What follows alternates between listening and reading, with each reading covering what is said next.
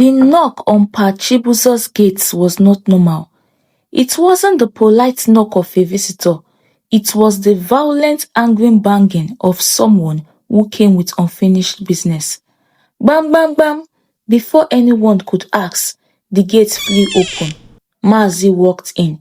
He did not greet. He did not slow down. His red cap sat firm on his head. Coral beads rested on his chest like a warning. The compound went silent.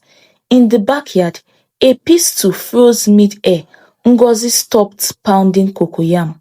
She knew that silence. It was the kind that came before bad news.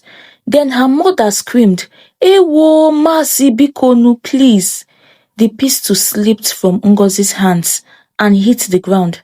Her mother, Nneka, did not beg often.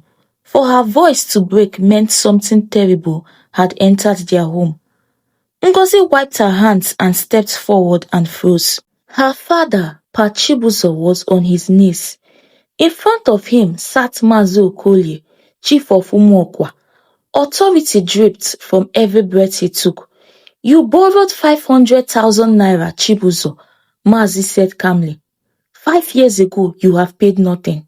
Pa Chibuzo's voice shook. "I tried, Mazi. Sickness came, the harvest failed." "Trying does not repay debts," Mazi replied. Then his eyes lifted and found Ngozi. You will settle your debt," he said, "with your daughter. She will come to my house as my wife." The word ended. "No!" Ngozi screamed. "I am not money. I am not land. Papa, tell him no." Pa Chibuzo could not look at her. "I am sorry, my daughter," he whispered. Something inside Ngozi hardened. That night, her mother begged her, "If you refuse, they will curse your father.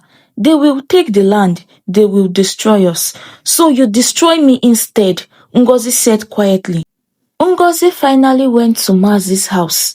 Every day, he reminded her, "You are mine because of debt. You belong to me." He boasted loudly. He laughed easily. He trusted too much. Ngozi spoke little. She cried in silence, but she watched. She watched when the guards slept, which keys opened which doors. When Mazi drank too much, when he counted his money, she watched for weeks, then months.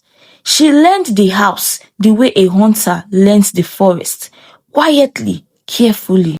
One night, the village slept. Torches burned low. The guards snored. Even the dogs were quiet. Ngozi moved, bare feet on cold floor, breath held tight. She lifted a loose floorboard beneath Mazi's bed. There was his wealth, the source of his pride.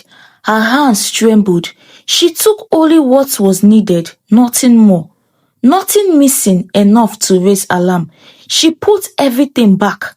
The house slept on. At sunrise, Ngozi sent word. Her parents came.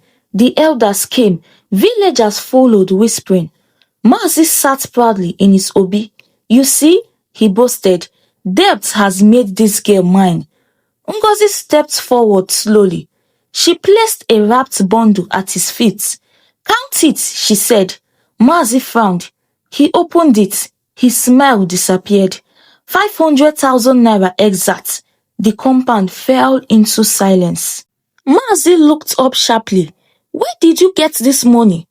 Ngozi did not rush. She looked around the compound, at the elders, at her parents, at the people who once feared him. Then she said calmly, "When a man is busy counting what he owns, he forgets to guard it." A low murmur spread. She continued, "This money has paid my father's debts. Nothing more is owed." Mazi stood slowly. "You think this frees you?" Ngozi met his eyes. "A debt paid is a chain broken," she said. "I came here as payment. I am living as freedom." She turned to her parents. "Let us go home." No one stopped her. The coral beads slipped from her neck and hit the ground. She did not look back.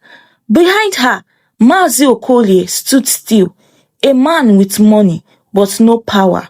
From that day, his voice grew smaller, But Ngozi's name grew louder because wisdom does not shout, it walks away free.